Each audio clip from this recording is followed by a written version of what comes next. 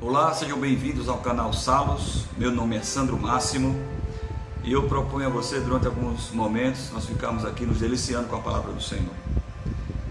Afinal, esse é o propósito desse canal, né? Eu tive a ideia, eu tive o desejo, apesar de ser uma experiência nova, utilizar essa ferramenta que nos é colocada à disposição para a glorificação do nome do Senhor Jesus. Então, espero que você goste, né? E eu proponho nós meditarmos um pouco na palavra do Senhor nesse primeiro momento, e eu vou ler um texto que se encontra na Bíblia Sagrada, no livro de Atos dos Apóstolos, capítulo 3. E antes que você me pergunte aí nos comentários o que significa salos, salos é uma palavra que deriva do latim e tem como origem, né, e tem como significado salvação. Então, salos significa salvação. Então, vamos ler aqui o que Deus tem para nós nesse momento. A epígrafe do texto que eu vou ler diz: a cura de um coxo, de um aleijado, né? De uma pessoa que tem dificuldade de se locomover. Diz assim a partir do capítulo 3, verso 1. Pedro e João subiam ao templo para a oração da hora nona. Era levado um homem coxo de nascença, o qual punham diariamente à porta do templo chamada Formosa, para pedir esmola aos que entravam. Vendo ele a Pedro e João, que iam entrar no templo, implorava que lhe desse uma esmola. Pedro, fitando juntamente com João, disse-lhe: olha para nós. Ele o olhava atentamente, esperando receber alguma coisa. Pedro, porém, lhe disse: não possuo nem prata nem ouro, mas o que tenho, isso te dou. Em nome de Jesus Cristo, o Nazareno, anda. E tomando-o pela mão direita, o levantou imediatamente, os seus pés e tornozelos se firmaram, e de um salto se pôs de pé. Passou a andar e entrou com eles no templo, saltando e louvando a Deus. Viu todo o povo a andar e a louvar a Deus, e reconheceram ser ele o homem, o mesmo que esmolava, assentado à porta da Formosa do templo, e se encheram de admiração e assombro por isso que lhe acontecera. Amém, meus queridos irmãos? Meu amigo, que você parou aqui, né? Aí, talvez curioso pelo nome Salos, não sei. Mas algumas coisas interessantes nós podemos encontrar nesse texto que pode servir para a nossa vida. Pode nos ajudar em nossa caminhada, pois a palavra de Deus é alimento para a alma e conhecimento para a vida. Nunca esqueça disso. A palavra de Deus é alimento para a alma e conhecimento para a vida. Bíblia Sagrada, composta por 66 livros, né? E nós lemos o texto que se encontra em Atos dos Apóstolos, que foi escrito por Lucas. Lucas, que era discípulo de Paulo, né? Era médico e elaborou o Evangelho. Inicialmente era uma coisa só, tanto o Evangelho de Lucas quanto o livro de Atos, e com o passar do tempo foi separado e tornaram-se esses dois livros inseridos no Novo Testamento. E o contexto de Atos dos Apóstolos é bastante interessante, porque ele narra o início da igreja, o início daquelas pessoas, dos cristãos que confessavam a Cristo Jesus como sendo Filho de Deus e como eles viviam. Nós encontramos ali a formação da igreja em Atos capítulo 2, com a descida do Espírito Santo, enquanto eles estavam ali reunidos no cenáculo, cerca de aproximadamente 120 pessoas. E cheios de ousadia, a partir daquele momento, começaram a vivenciar as experiências do cristianismo, né? Porque o Senhor Jesus Cristo, quando nós somos descobertos por Ele, né? Nós somos inseridos no contexto cristão, de uma vida piedosa, de acordo com os moldes bíblicos, nós começamos a vivenciar coisas que até então não tínhamos vivenciado. Você começa a experimentar emoções que não se sentiam antes, ou se sentiam, não eram tão profundas ou tão intensas como aquelas provenientes de uma experiência espiritual, de uma experiência com o Senhor Jesus Cristo. Eu falo por experiência própria, né? Eu passei 30 anos sendo cristão, católico. Aí tem um contexto, uma história que depois eu posso até contar de como foi a minha conversão, da minha esposa, dos meus filhos, logo depois, com o passar do tempo. E essas experiências que nós passamos a vivenciar, que não podem ser nem comparadas com as experiências do mundo, dada a sua intensidade, a sua amplitude, é algo realmente sobrenatural, que muitas vezes as palavras se tornam ineficazes para se explicar. Mas com relação ao texto que nós acabamos de ler, nós encontramos Pedro e João em sua rotina cristã, né? Eles, no início da fé cristã, acompanhando um pouco do judaísmo, estabeleceram horários para determinadas ações. E no caso, eles estavam indo ao templo em um horário específico, na hora nona, às 3 horas da tarde, né, no nosso horário, como nós medimos hoje, evidentemente, que inclusive, coincidentemente, é o mesmo horário da morte de Cristo. Cristo morreu na hora nona. Então, eles subiam ao templo, né, estavam indo entusiasmados, cheios de fé, para orar, para o exercício de uma comunhão, né, com Deus, porque não existe esse desenvolver, não existe essa intimidade que é desenvolvida através da oração, não existe sem que haja essa iniciativa do homem para com o Senhor. E nós só conversamos com quem nós conhecemos. Então, a intimidade é desenvolvida no passar do tempo. Nós hoje, conhecendo a Bíblia, tendo ela em nossas mãos, no formato que temos hoje, ela nos transmite a vontade de Deus de uma maneira bem clara, nítida, e isso gera no coração do homem o desejo de intimidade, pois quanto mais conhecemos a Deus, mais temos vontade de conhecer, e assim vamos usufruindo das benesses do Senhor, do seu amor, da sua atenção, do seu cuidado, e vamos tentando nos enquadrar naquilo que Deus espera de nós. Para isso nós temos a ajuda do Espírito Santo, para isso nós temos os ensinamentos de Jesus Cristo, tentando seguir os seus passos, nessa peregrinação pela qual estamos passando aqui na terra. Então Pedro e João, né, 2 discípulos, 2 apóstolos, os 2 vivenciaram o ministério de Jesus, foram chamados por ele, e eles vão orar, vão conversar com o Senhor. E a Bíblia fala no verso 2 que era levado um homem coxo de nascença, o qual punham diariamente à porta do templo chamada Formosa para pedir esmolas aos que passavam. Era um costume do povo judeu naquele momento, já que o hábito de ajudar os necessitados faz parte da tradição religiosa judaica, e muitas pessoas eram colocadas ali, próximo ao templo, próximo às entradas, né, para que as pessoas que por ali passassem pudessem exercer essa caridade, essa boa ação, esse ato de fé, esse ato de comunhão, de compaixão, e receber de alguém alguma coisa de valor. Então esse homem era colocado lá, e a Bíblia dá ênfase que ele era coxo, era um aleijado, né? Um homem que tinha a sua locomoção privada, e isso desde o seu nascimento. Não foi algo adquirido com o tempo, mas desde o seu nascimento. Então, no verso 3, vendo ele a Pedro e a João, que iam entrar no templo, implorava que lhe desse mais esmola.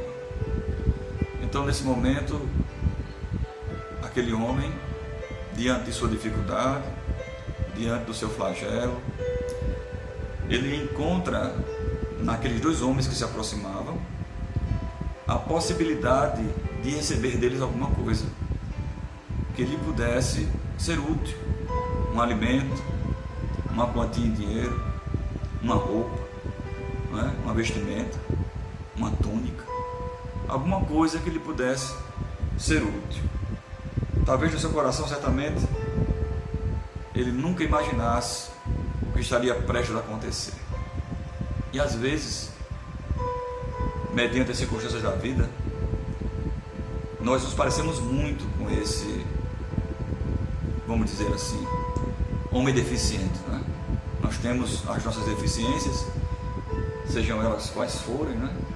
As nossas necessidades, e esperamos receber uma ajuda, algo que nos traga conforto, algo que traga alívio para a nossa dor momentânea, nossa situação momentânea, e esperamos que essa ajuda venha do homem e venha de uma certa forma. Mas Deus é tremendo, e muitas vezes quando Ele intervém na vida humana, Ele atende às nossas necessidades, ou Ele resolve as nossas necessidades de uma maneira pela qual nós não esperamos. Sabe por que isso? Porque isso glorifica o seu nome. Deus tem um princípio que nós devemos aprender isso muito bem, guardar no nosso coração, que Ele não divide a sua glória com ninguém. Quando Deus age, Ele requer para si toda a honra, toda a glória, toda a conscientização de que aquilo só aconteceu porque Deus quis, porque Deus agiu, porque Deus interveio na situação e trouxe o alívio tão necessitado. Muitas vezes Deus pode fazer isso através de uma outra pessoa, né? Ele toca no coração de alguém, talvez que você nem conheça, talvez você tenha passado por essa experiência já, que alguém que você nem conheça tenha chegado e tenha suprido uma necessidade sua, e você ficar se perguntando: poxa, mas eu nem conheço, não sabe nem meu nome, não sabe minha história. Mas Deus sabe tudo a nosso respeito, e os seus propósitos nos quais nós estamos inseridos não podem ser frustrados, eles irão acontecer. Então, para isso, Ele move céus e terra para que isso aconteça. Talvez você, ouvindo essas palavras acerca desse texto que nós estamos lendo aqui em Atos capítulo 3, possa achar muito alegórico, não é? Algo até irracional, falar de maneira tão sobrenatural. Mas acontece que existe sim esse sobrenatural, e ele nos é revelado. O acesso que nós temos a Ele é através de Cristo Jesus. É Ele quem de fato abre os nossos olhos, é Ele quem de fato nos encaminha, nos direciona por esse caminho, para que nós possamos ter experiências que denotem a sua presença, que denotem o seu amor, que denotem o seu desejo em nos capacitar, em nos melhorar, visto que aos seus olhos, aos olhos de Deus, aos olhos da Trindade, nós estamos perdidos. Todos nós nascemos perdidos, em virtude do pecado dos nossos pais primitivos, Adão e Eva. E a Bíblia nos garante que com o pecado a morte entrou no mundo, né? E nós passamos a sofrer os efeitos do tempo, os danos que o tempo causa, a corrupção que o tempo causa na carne, né? no orgânico, e nós envelhecemos, ao ponto de termos um dia de nascimento e certamente um dia de nos encontrarmos com o Senhor. Então, este homem, com as suas dificuldades, esperava ver na pessoa de Pedro e João um alívio, mas de uma forma ousada, de uma forma poderosa. Aquele homem olhando para os dois, né, atentamente, esperando receber alguma coisa, evidentemente das mãos daqueles dois homens que se aproximavam, como ele estava habituado. Se levanta Pedro mais uma vez, né? O apóstolo Pedro, que era tão precipitado, não é? Tão impulsivo como tantas pessoas que existem por aí, no seu aprendizado, no seu discipulado, no seu apostolado junto ao Senhor Jesus Cristo, foi desenvolvendo as características próprias de um cristão, próprias de um apóstolo, próprias de um discípulo, e foi perdendo ao longo do tempo, né, ao longo da caminhada, ao longo do seu estudo junto ao Senhor Jesus Cristo, as características que o aproximavam do mundo. Lembre-se que Pedro, certa vez, tentando defender Jesus Cristo, quando ele estava pronto a ser entregue nas mãos dos homens para cumprir com o plano, né, nada estava fora do controle, tudo estava no plano de Deus. Pedro tomou a frente, pegou uma espada e ele vai lá e corta a orelha de Malco. E Jesus Cristo vai lá e põe de volta a orelha no lugar, de uma maneira sobrenatural, de uma maneira surpreendente para todos que estavam ali presentes, e fala que aquele que age com violência, vai sofrer violência, né? Aquele que com ferro fere, será ferido. Aquele que com a espada age, sofrerá também consequências dessa ação violenta. Então Pedro,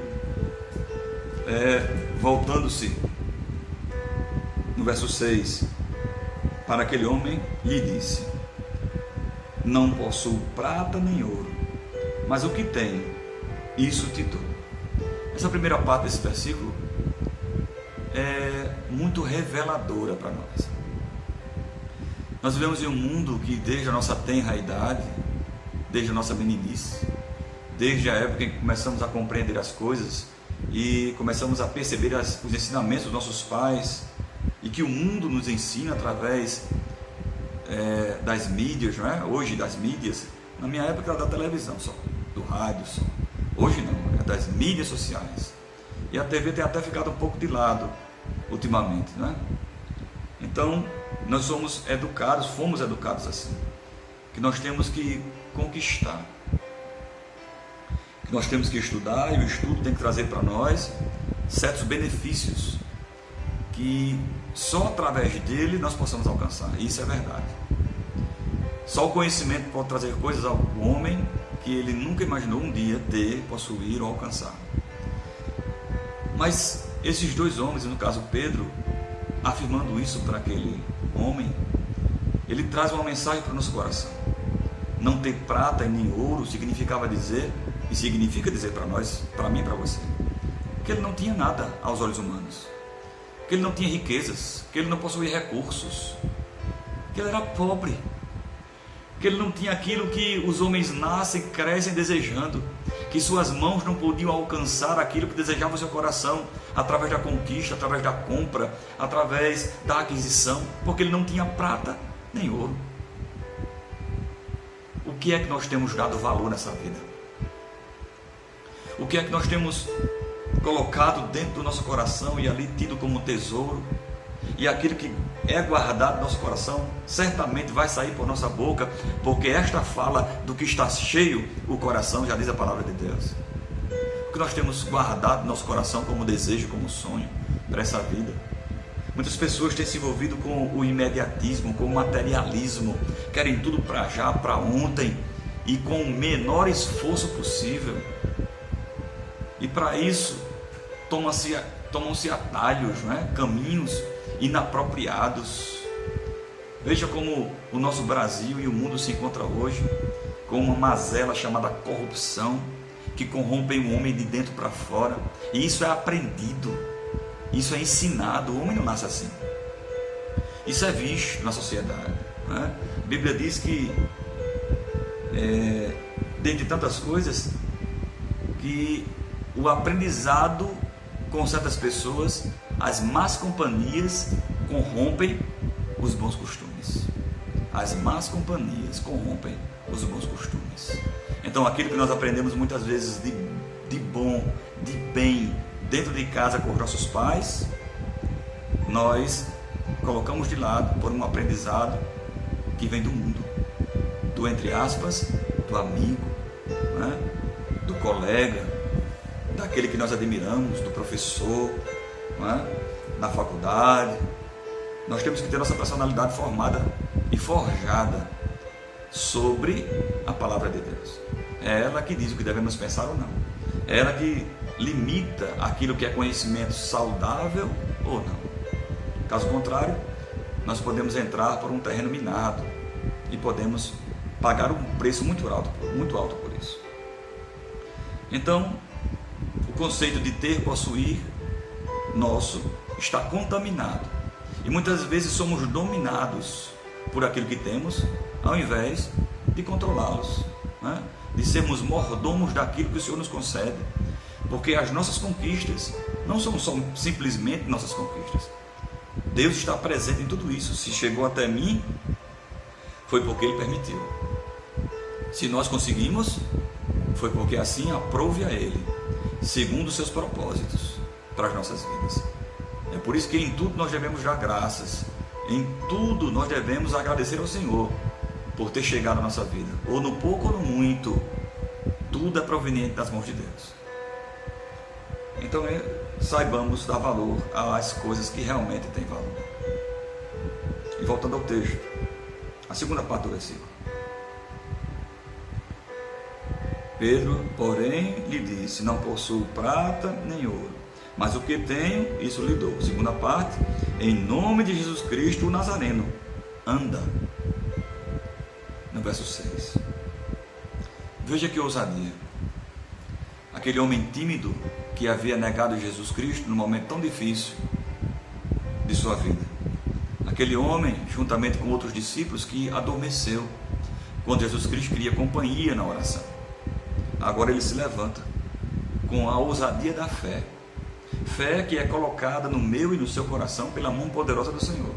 E que deve ser desenvolvida através do nosso dia a dia, através do exercício no dia a dia, sem separação. Porque nós cremos que não existe separação entre o ser religioso e o ser secular, né? Quando eu estou na igreja, eu estou ali adorando, ali eu sou cristão, ali eu sou um ser religioso. Quando eu estou no trabalho, ali eu sou um ser cidadão, ali eu sou um trabalhador, mas não existe separação. Porque ali no trabalho vão acontecer circunstâncias, momentos que nós vamos ter que ter conhecimento cristão para podermos sair dele, de maneira que o nome do Senhor venha a ser glorificado, de maneira que o trabalho renda e dê bons frutos. Já que a Bíblia também nos orienta que nós devemos trabalhar, né? Secularmente falando, como se estivéssemos fazendo as nossas tarefas para Deus. Então, se é para Deus, é com todo o esforço, né? É com toda a compreensão das coisas que estão ao nosso redor, com ousadia até, e com o desejo de que as coisas deem certo, né? Tendo a certeza de que Deus está presente, nos coordenando, nos ajudando, nos orientando, visto que o Espírito Santo de Deus está dentro de cada um de nós.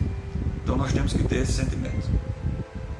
Então ele nomeia em nome de quem ele vai proferir um comando, em nome de quem o sobrenatural vai acontecer dali a poucos instantes. Ele fala no nome que a Bíblia diz que está acima de todo nome. A Bíblia diz também que não existe nenhum outro nome dado entre os homens pelo qual importa que sejamos salvos. E esse nome é Jesus. E ele identifica, é o Nazareno, né? E isso é muito interessante, porque ele também é conhecido como Nazareno, não é? Tem até uma denominação a qual eu me recordo. Eu me converti nesta igreja, o Nazareno, a igreja do Nazareno, porque identifica bem que Jesus Cristo era de Nazaré, passou um tempo lá, cresceu lá. Então ele identifica em nome de quem? Este nome que abre portas, este nome que realmente tem poder, este nome que deve ser valorizado, este nome que deve ser reverenciado, o dele exclusivamente, nenhum outro mais. A Bíblia não diz isso para mais ninguém. É em nome de Jesus que as coisas acontecem. Quando João, o discípulo amado, tem a sua revelação, e ali ele escreve na ilha de Patmos o livro de Apocalipse, ele tem uma visão e ele vê lá um rolo selado com selos, e ele chora, porque ninguém foi encontrado digno de desatar os selos, até que aparece Jesus, e ele é digno. O anjo diz, a voz diz que ele é digno, a voz daquele ser angelical, ser celestial, diz que ele é digno de desatar os 7 selos. Isso representa que Jesus Cristo é o único capaz de dar continuidade aos fatos da história. As coisas acontecem coordenadas segundo a vontade da Trindade. As coisas acontecem de maneira que o nome do Senhor, no final de tudo, vai ser glorificado e exaltado. E parece que os dias caminham para isso, não é? Hoje, 31 de março de 2020, o mundo em polvorosa, pessoas aflitas com medo da morte, com medo do mal bater a sua porta. e de sucumbir, muitas vezes sem a certeza de para onde ir. E aqui eu aproveito. Você tem certeza para onde vai após a morte? Você acredita que existe uma vida após a morte? Sim, porque existem pessoas que, de tão materialistas que são, dizem que Deus não existe, o céu e o inferno é aqui, e que nada pode ser feito, o importante é você ser uma boa pessoa. Mas o livro que nos revela Deus fala totalmente diferente. Preste atenção. Deus não tem o culpado por inocente, diz a sua palavra. Então, no versículo 6 ele diz em nome de quem ele vai exercer aquele ato de fé. Isso me ensina que em todo momento de ousadia, que nós somos impulsionados pelo Espírito Santo a abrirmos nossa boca em nome de Jesus, nós temos que ter fé, crer de que Ele pode fazer isso e muito mais. Então no verso 7, ele diz: e tomando-o pela mão direita, o levantou, imediatamente os seus pés e tornozelos se firmaram. Que coisa linda! Se você e eu pudéssemos voltar ao passado e presenciarmos como meros espectadores esta cena, um homem aleijado, sofrendo os males de não poder se locomover de maneira correta, como todo mundo faz, de maneira tão simples, vendo dois homens se aproximando, estende a mão, esperando receber deles alguma coisa, como diz o texto, e ao invés de receber prata e ouro, ele recebe a solução do seu problema. O céu se abre e de uma forma poderosa, dois homens que representam, que são testemunhas de um outro que passou pela terra, este outro que também é Deus, 100% homem e 100% Deus em sua união hipostática, e realiza um ato de amor. Veja que as coisas de Deus trazem paz, as bênçãos do Senhor enriquecem e não acrescentam dores, traz vida, traz restauração, traz libertação, traz alegria, traz lágrimas ao rosto, porque as palavras perdem o significado nesse momento. A única coisa a fazer é chorar, é um instinto natural do homem expressando alegria nesse momento, visto que as lágrimas tanto podem expressar alegria e dor, sentimentos tão opostos, mas as palavras são ineficazes, e quando assim são, as lágrimas surgem e tornam-se a expressão do nosso corpo, da nossa alma. Então aquele homem, se nós estivéssemos lá vendo, ao ver a mão de Pedro estendida, ele meio que receoso, talvez, estende a mão. A Bíblia diz que imediatamente. Veja que no verso 7, tomou pela mão, isso é interessante, ele não simplesmente disse, levante, fique de pé, em nome de Jesus você está curado. Mas ele estendeu a mão, houve uma ação, houve um desejo no coração que se transformou em uma ação. Ele estende a mão. Há uma participação de Pedro nesse momento em ser o canal, em ser um instrumento, em ser o veículo que conecta, é a palavra, que conecta o físico, o material, o racional, o palpável, ao imaterial, ao transcendente, ao sobrenatural, aquilo que é impossível a razão explicar. Há uma conexão aí, através daquela mão estendida, daquela mão forte, que naquele momento tão somente queria ver aquele homem livre do seu mal, da sua mazela, do seu flagelo. Isso é o que a fé faz conosco, ela nos conecta do físico para o sobrenatural. Então tenha fé no seu coração, deseje fé, deseje isso, porque essa fé colocada, ela é dom de Deus, é um dom gratuito de Deus para nós, quando Ele, evidentemente, dentro dos seus propósitos, dentro da sua eleição, dentro do seu resgate, dentro da sua obra salvífica, nos escolhe para amá-lo, e assim nós fazemos. Então aquele homem se abraça e se põe de pé, e a Bíblia narra o que foi acontecendo com ele. Se nós pudéssemos ver isso em câmera lenta, talvez o nosso coração batesse em uma velocidade tão rápida que os nossos olhos certamente ficariam embaçados em meio às lágrimas, em presenciar aquilo que aparentemente até hoje, até os dias de hoje, é impossível tornar-se realidade. Então, no versículo 8, de um salto, pôs-se de pé. Imagine a força, o impulso que Pedro deu àquele homem ao puxá-lo do chão, ao retirá-lo daquele local que ele estava tão próximo tanto tempo. Nós andamos de pé, né? Andamos de forma ereta, e a nossa cabeça, os nossos olhos estão bastante distantes do chão. É um nível, né? É um prisma, é um jeito de olhar diferente. Imagina aquele homem que há tanto tempo estava tão próximo do chão e agora começa a ter uma visão diferente de mundo. Ele começa a ver as coisas de cima, da mesma altura nossa, que para nós é tão simples, mas que para ele é uma experiência nova, como aquele que era cego e torna a ver, ou volta a ver, ou consegue enxergar. Então ele se põe de pé, tem um salto, e isso traz alegria ao meu coração, porque Deus, quando quer resolver um problema de um dos seus filhos, segundo a sua boa vontade, sua soberania e seus propósitos, é assim. É da noite para o dia.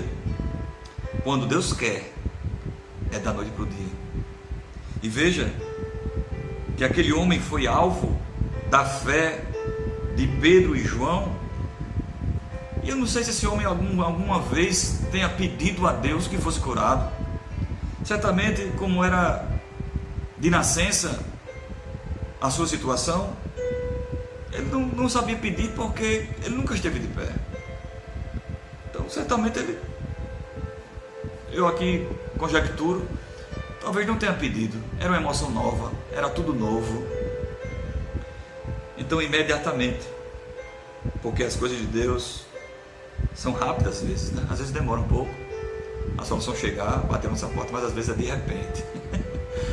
Às vezes é de repente, meu querido amigo, que Deus chega na vida da gente, e de uma maneira que nós nem esperamos. Eu tenho experiências assim, que depois talvez eu possa contar para vocês. Não experiências dos outros, minhas experiências. E isso traz alegria ao meu coração. Então ele imediatamente seus pés e tornozelos se firmaram. É um processo. Ele nunca tinha ficado de pé, né? Não tinha estado naquela situação. Então ele se põe de pé meio cambaleante. Os pés precisavam se firmar nessa nova situação. É como alguém que não sabe andar, um bebê, uma criança, e nos primeiros meses, né, primeiro ano, geralmente, ela vai andando ali, segurando na parede, segurando nos móveis, até se firmar, ter coragem, ousadia, perder o medo e começar a andar sozinho. Mas até então precisa de ajuda. Assim assim também é todo aquele que é nascido de novo. Os primeiros passos, nós precisamos ser orientados. Precisamos de ajuda, de alguém que já está no caminho, que já está andando, né? E já está a passos firmes à nossa frente. E ele estende a mão e nos leva consigo até termos a idade espiritual suficiente para andarmos sós. Então ele deu um salto e põe de pé, seus pés se firmaram, passou a andar e entrou com eles no templo, saltando, que ele teve um processo, né? Foi o contato com aquela primeira emoção, ficou de pé meio cambaleante, e enquanto se dirigiam ao templo, a situação já era outra. Ele já tinha convicção do que estava acontecendo, já tinha firmeza nos seus passos, já estava cônscio de que já não era mais aleijado. Então ele entra no verso 9, ou melhor no verso 8, de um salto depois de pé, e passou a andar, e entrou com eles no templo, saltando e louvando a Deus, saltando, coisa que ele nunca tinha feito antes. E o Senhor nos faz saltar, como novilhos, como rebentos, não é? Ao lado do Senhor, saltando de alegria, glorificando a Deus, e todo o povo viu aquilo e se admira. E aquele que foi objeto do milagre, o primeiro ato, a primeira coisa a fazer foi louvar a Deus, foi agradecer ao Senhor. Que coisa maravilhosa, irmãos.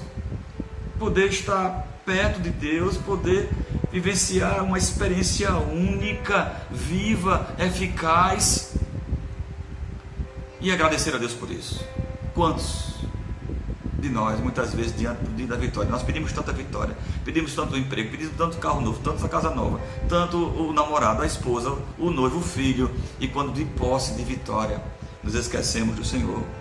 Às vezes viramos as costas para Ele, e agora reconhecendo, estando diante da sua vitória, se esquece do Senhor, como eu falei.